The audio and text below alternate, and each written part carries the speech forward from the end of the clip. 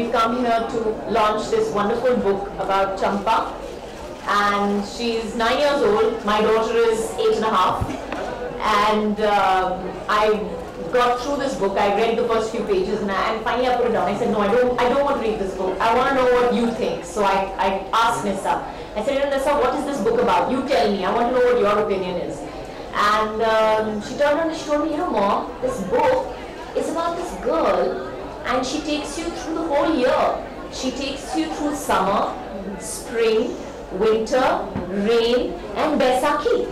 I said, okay. I didn't know you knew about Baisakhi also. She's like, yeah, I actually learned so much just reading from this book, and there's so much. Before I had to stop her then and there because I could have gone on for another 45 minutes. That's besides the point. But it was wonderful to see how much she just picked up the book and she didn't put it down. She read it till like 8:30 in the night, and she started at 4:30 in the evening, and she finished it that same day. So it's interesting. I know it's interesting, otherwise she would have definitely put it aside. It's educational.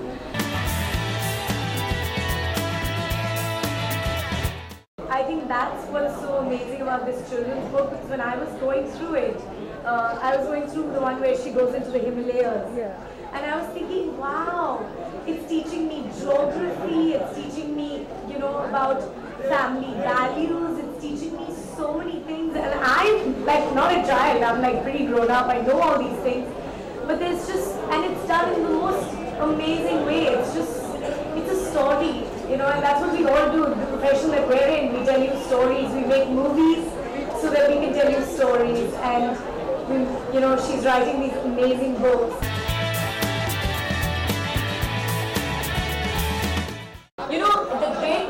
The great part about our childhood was that we didn't have that many books at that point of time. We only had Amar Chitra Katha, which I think I read the whole 300, 400 books of.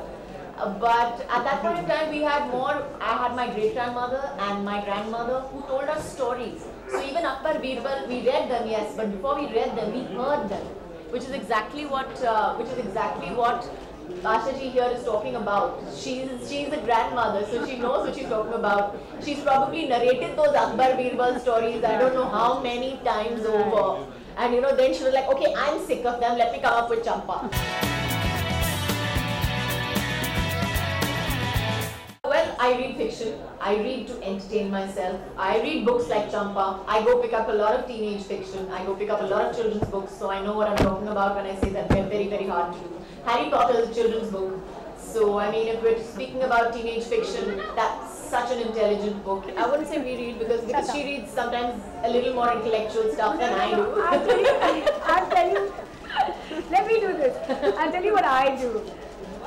I basically get, Kajal reads everything, so I just get her to read everything, and then I just go to her and I'm like, baby, just tell me what the good books were and tell me what the boring ones were, because I'm not reading the boring ones. Well, my take on Singham is that it's rocking, you must go see it. That's not why I'm here. But as far as his take on books is concerned, he reads a lot of recommended books. अगर उनको कोई हाथ में दे थमा दे किताब तो जरूर पढ़ेंगे, लेकिन मुझे नहीं लगता कि कभी उन्होंने जाके किताब खरीदी होगी खुद के लिए. नहीं. I think kids pick up what parents do. I think she's seen me reading so many times. She has no choice in the matter but to pick up a book herself. Also, I think it makes a difference when you read to them. So I am reading to my son currently. He's only 10 months old, but I'm still reading to him. I'm hoping that he'll understand something someday. So I'm reading to my daughter. I read to my daughter, even though she can read for herself. And I think it's what they see their parents doing. So I think it's basically you have to practice what you preach.